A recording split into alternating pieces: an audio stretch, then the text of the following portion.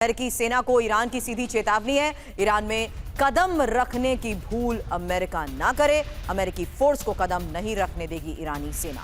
ईरानी सुरक्षा काउंसिल के चीफ की बड़ी वार्निंग। हालांकि अमेरिका के साथ नहीं होगा कोई समझौता। अब फिर से शुरू होने वाली कूटनीति एक धोखा।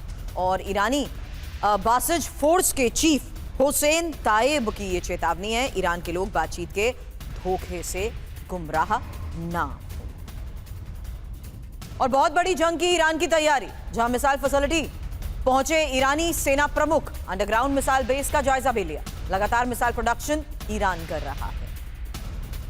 ईरान की इसी बड़ी तैयारी को लेकर एक और खबर है। ईरान तेजी से अपनी मिसाइल पावर को बढ़ा रहा है। मिसाइल उत्पादन दुगनी की गई है और ईरान के कार्यवाहक रक्षा मंत्री ने चेतावनी भी दी है कि पहले से ज्यादा तैयार है ईरानी सेना।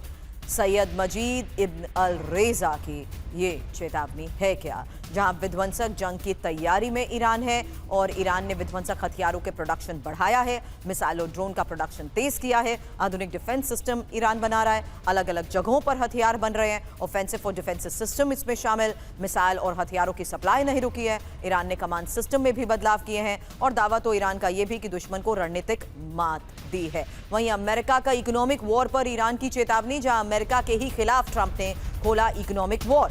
और ईरान जंग से अमेरिका पर कर्ज का बोझ भी बढ़ा है। अमेरिका पर फिलहाल $40 ट्रिलियन का कर्ज। वहीं ईरान की हॉर्मूज स्ट्रेट पूरी तरह बंद करने की धमकी, जहां अमेरिका के पीछे हटने तक नहीं खोलेगा हॉर्मूज और ईरान की मांग पूरी होने तक बंद रहेगा straight of Hormuz. Irani supreme security council के चीफ की ये वार्निंग। सिंह सर, इसी वार्निंग के बीच चोक पॉइंट बने स्ट्रेट ऑफ हॉर्मूज को लेकर ये चेतावनी और दावा तो ये कि ईरान खुद अमेरिका खुद बहुत बड़े आर्थिक संकट के बीच है, क्योंकि हाल ही में अमेरिका की तरफ से आर्थिक स्ट्राइक को लेकर किए जा रहे दावे के बीच ईरान ये चेतावनी भी दे रहा है। जी बिल्कुल। मगर यहाँ पे एक बात मैं कहना चाहता हूँ कि जितनी भी ईरान अपनी तैयारियां कर रहा है, मिसाइल प्रोडक्शन हो, जहाँ दूसरे वेपन्स जितने भी है वो बना रहा है, कर रहा है, वो अमेरिका के लिए नहीं थे पहले। वो तो सिर्फ इजराइल के लिए थे, जिसकी बात आप कर रही थी।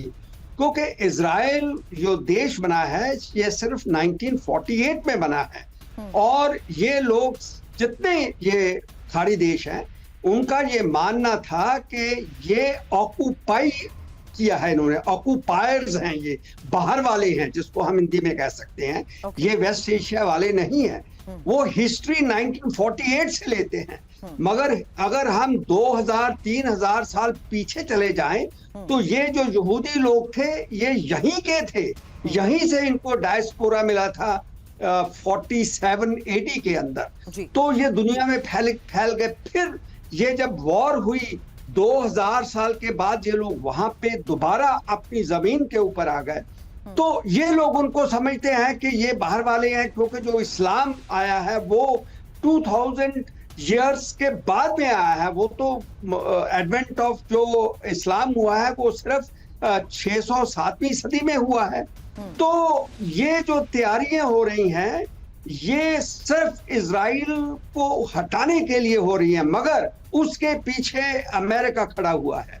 चाहे उसकी आर्थिक व्यवस्था जैसी भी हो हम कहें, मगर वो इकोनॉमिकली तो स्ट्रांग रहे हैं और उनकी कोशिश अभी भी जो इकोनॉमिकली स्ट्रांग रहने की है, इसमें दो राय नहीं हो सकती कि आप नहीं कह सकते कि जो अमेरिका है वो कमजोर इकोनॉमिकली है और उसके ऊपर 2-3 ट्रिलियन का डेट है। मैं मानता हूं, मगर वो भी इकोनॉमी को समझते हैं। तो मेरा ये मानना है कि ये जो अभी वॉर की बात हो रही थी, सीरिया और एक साइड पे टर्की, दोनों इजराइल के अगेंस्ट, ये बहुत ही सेंसिटिव सिचुएशन आ चुकी है। क्योंकि इजराइल दोबारा यहाँ से जाने वाला नहीं है टिल इटर्निटी। वो तो यहीं रहेंगे। वो कहते हैं कि हम दोबारा अपने देश के अंदर आ चुके हैं। उनकी किताबों के अंदर ये भविष्यवाणी भी है कि अभी उनको कोई दुनिया से